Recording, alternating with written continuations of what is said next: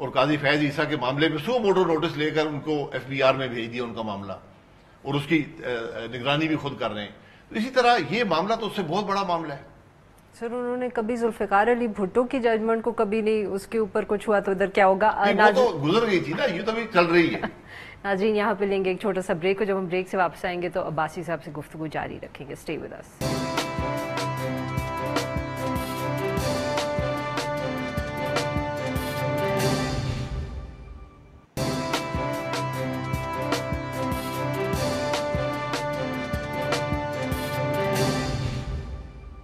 Welcome back ناظرین، ہم گفتگو کر رہے ہیں شاہد خاقان عباسی صاحب سے. عباسی صاحب آج کل کراچی کی صورتحال اور JITs پہ بہت بات ہو رہی ہے. آپریشن آپ کی حکومت کی آنے کے بعد شروع ہوا. were you privy to the decisions that led to that operation، جس میں جو آج کل جن سب کیریکٹرز کی بات ہو رہی ہے، جو کراچی کی اس وقت صورتحال تھی اس کی بات ہو رہی ہے، یہ سب اس کے اوپر فیصلہ تو آپ لوگوں کی حکومت آنے کے بعد ہوا تھا؟ جی بالکل. were you privy to us those پہ بھی ہم پہ کوئی JIT بنا دیں کس یہی کراچی کے مسائل حل کرنے کے لیے. دیکھیں ہماری حکومت 2013 میں آئی، کراچی میں یہ حالت تھی کہ آپ کو کوئی شخص نہیں ملتا تھا جس کو بندوق یا چاقو کے زور پر اس کو موبائل نہ گیا ہو. یقین کریں ایسے ایسے میرے دوست ہیں 4 5 دفعہ ان کے موبائل گئے. اور یہ صرف یہ نہیں تھا، یہ ہے کہ سیاسی جماعتیں اس میں انوالو تھیں، گاڑیاں چوری کرتی تھی، اس میں سب انوالو تھے، جس کا آپ نام لیں گے انوالو تھا. پیسے کی بات تھی، یہ کیفیت تھی. کابینہ کی میٹنگ کراچی میں بلائی گئی جو کہ بڑا ریئر اکرنس ہے، اور وہاں پر یہ فیصلہ ہوا کہ ہم نے سختی سے اس کے خلاف جانا ہے. وہاں یہ بات بھی ہوئی کہ اس میں ایکسیسز بھی ہو جائیں گی، بالکل یہ بات ہوئی. اور PM صاحب نے سختی سے کہا کہ بھائی آپ نے قانون کے اندر رہ کر کام کرنا ہے اور کسی کو معاف نہیں کرنا. ہمارا سیاسی الائی ہو، ہماری پارٹی ہو، کسی اور کی پارٹی ہو، مت چھوڑیں. اور اس کا اثر آپ دیکھا 6 مہینے میں کراچی میں امن آ گیا، کراچی ترقی کرنے لگا اور آج تک ترقی کر رہا ہے. ابھی تک کافی سیف شہر ہے. یعنی محل دنیا کے شاید ٹاپ 10 میں یا ٹاپ 20 کرائم ریڈن سٹیز میں کراچی کا نام اس وقت تھا. اور تو وہ ہو گیا. اب اس میں یہ معاملہ ہوا، میں اس معاملے سے زیادہ اویئر نہیں ہوں. JIT بن گئی، ہمارا ایک فیشن ہے، کمیشن بناتے ہیں JIT بنا دیتے ہیں. JIT کا جہاں تک مجھے علم ہے قانون میں شاید گنجائش نہیں ہے. میں بالکل اس بات کا اعتراف کرتا ہوں کہ میں لائر نہیں ہوں، لیکن مجھے JIT کی کمپوزیشن جو ہے نا اس پہ مجھے کچھ اختلاف ہے، کیونکہ اس میں آپ فوج کے لوگ ڈال دیتے ہیں، دوسرے اداروں کے لوگ ڈال دیتے ہیں جن کا کانسٹیٹیوشنل جو سسٹم ہے کرائم پریونشن کا یا کرائم کنٹرول کا یا ایڈمنسٹریشن کا ان سے براہ راست تعلق نہیں ہے.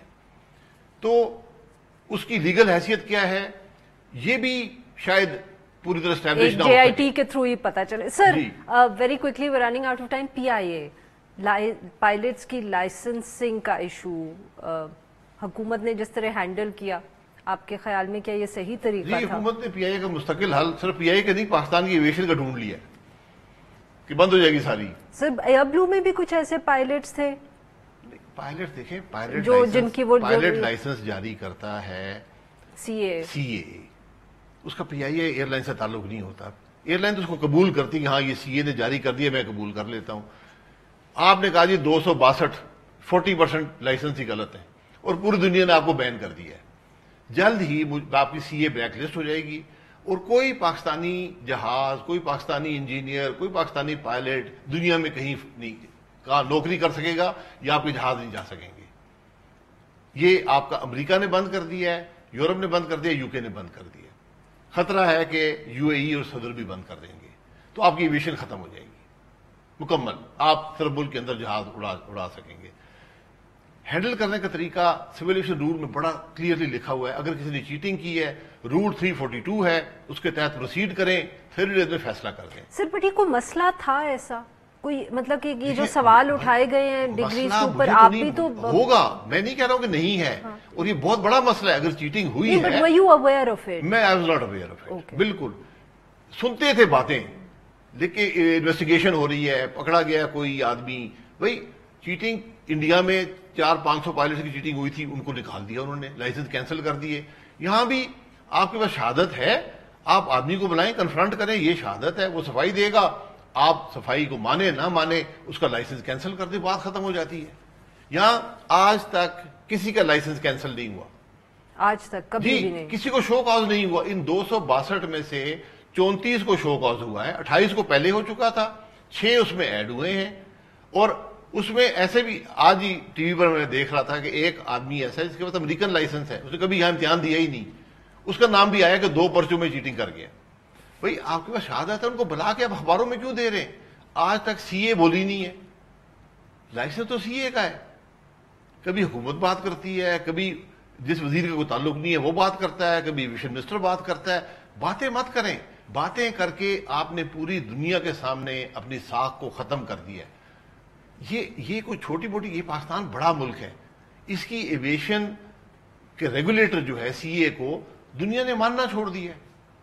امریکہ نے بین, کینیڈا بھی کر دے گا میرا خیال ہے, یورپین یونین نے کر دیا, یو کے نے کر دیا.